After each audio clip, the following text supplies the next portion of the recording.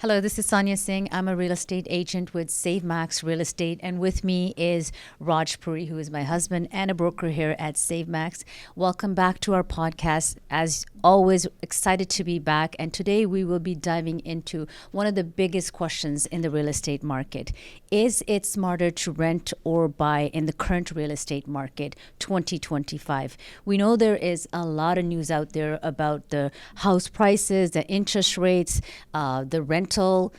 So making that decision is not as simple and straightforward as it used to be. So let's talk a little bit about the difference between the two. So when it comes down to rent, we generally think that we have lower monthly cost, and we have, next to maybe no unexpected expenses that you have to deal with. Whereas owning, you are going to have your mortgage, but on top of that, you will be dealing with additional expenses.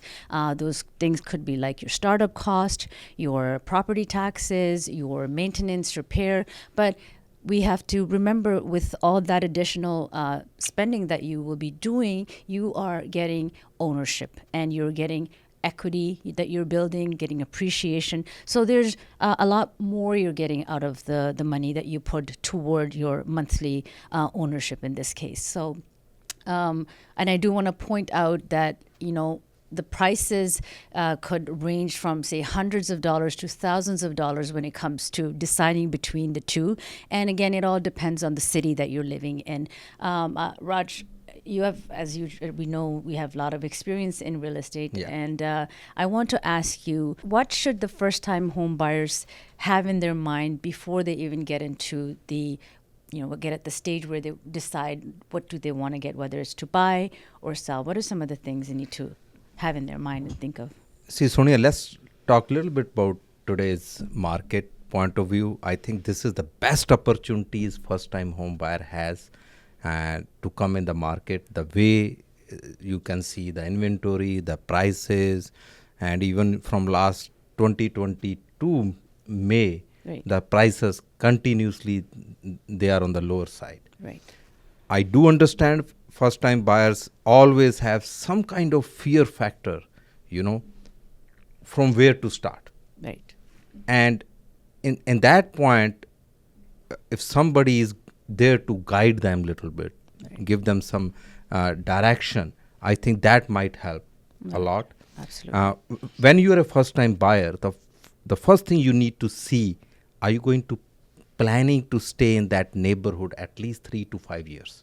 That's a good number. Right? See, if you're just thinking, oh, I have uncertainty in job, or I have to move from here to some other city, that's your personal decision. Then decide what you need to do. But if you know this is the neighborhood and I'm going to stay minimum 3 to 5 years, Right. I think those buyers should come in the market, Right. because now the prices are good, interest rates not bad, Right. and in that cases, keeping in mind the first time buyers, they need to know their financial situations, and they are mentally ready to take that commitment, and they have some extra funds available. If any uncertain expenses are coming, they don't need to worry about it. So these are the few things when you are a first time buyers: some guidance, you know the neighborhood, and you have a plan to stay 3 to 5 years in that neighborhood. Right. Then you will see the benefit of buying the house. And now we do know there's a lot of talk about the interest rates. Now, based on your opinion, do you think that with the interest rates that we have now, is it a smart move then to rent or buy? See, as you said from the starting, that when you're renting, you feel you don't have that much expenses. But think about a little bit, like if you're renting 2 years, 3 years, if you're paying $3,000 a month, you're paying almost $36,000 a year.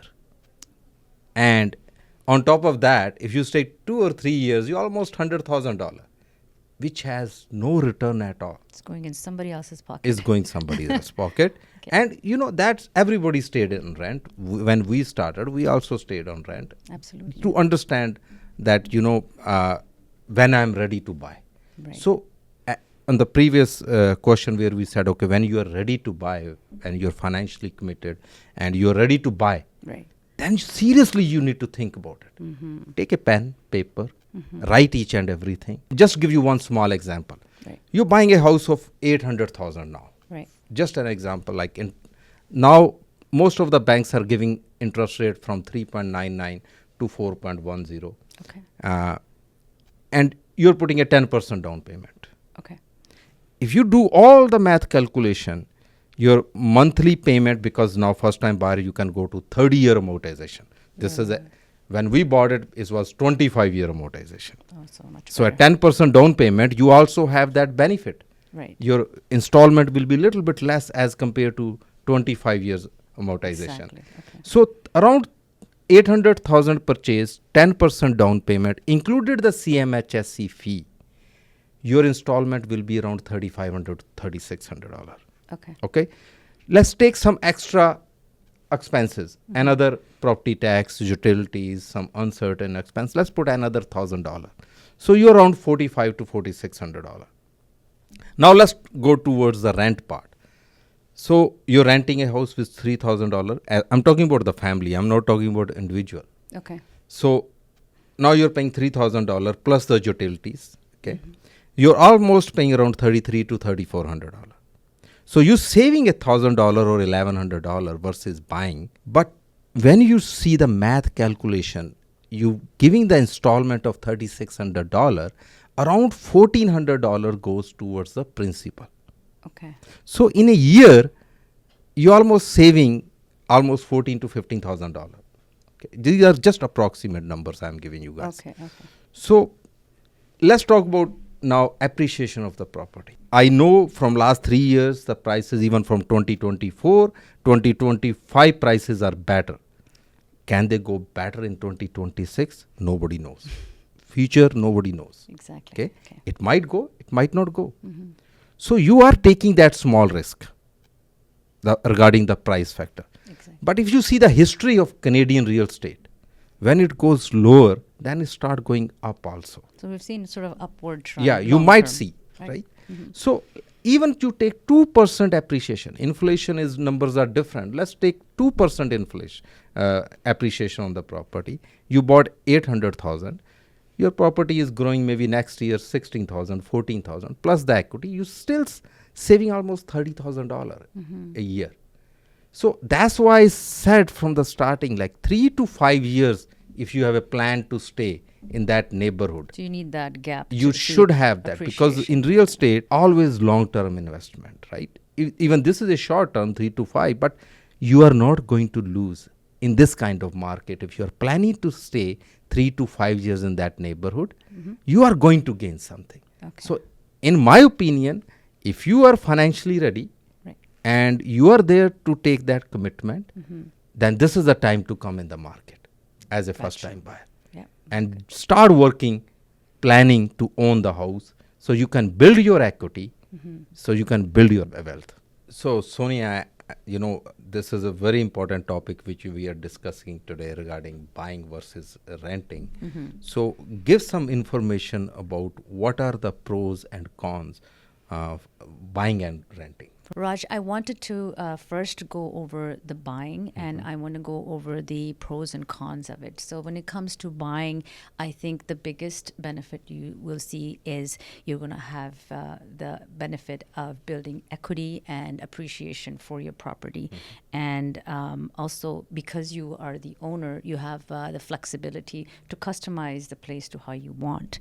The only, I guess, the cons on the buying side would be you're sort of stuck with the commitment, and it's long term, and you are dealing with a bit more expenses, which would be anything from your property taxes to Utilities, maintenance yeah. and repair. Those are additional things that Yep. you have to account for. Yep. Our recommendation is, if you are financially sound and you have the funds, definitely it is a wise decision to go more towards buying, because there seems to be like a greater benefit, as we went through Yeah. all the the benefits of, again, building equity, appreciation. You have ownership. So that is something that I think Raj and I would definitely As long as they encourage. have planned to stay 3 to 5 Yeah, years. it has to be long term. Yes, not for 1 year if you bought something and then you do the math calculation. I don't think It that's may a not wise be worth it. decision, Yeah, right? yeah. So if you have a plan to stay 3 to 5 years, then definitely it's a very wise. Raj, what are the three questions that someone needs to ask themselves when they are deciding whether they want to rent or they want to buy? See, as a buyer or even you are planning to rent, uh, the the most important question they should have in their mind, the number one is how's their financial situations. Like, do they have in financing? Do they have down payment also? Do they have some extra funds for uncertain expenses? The second part comes is the credit. Right, that's in very in important. Canada, is credit is everything. How's your credit score is, how's your credit, did you build a good credit? And the last question they should have in their mind, you know are they going to stay long term in this neighborhood, not 1 year or two Then year. it They only may should be have, worth yeah, it. they Yeah. should have at least 3 to 5 year plan.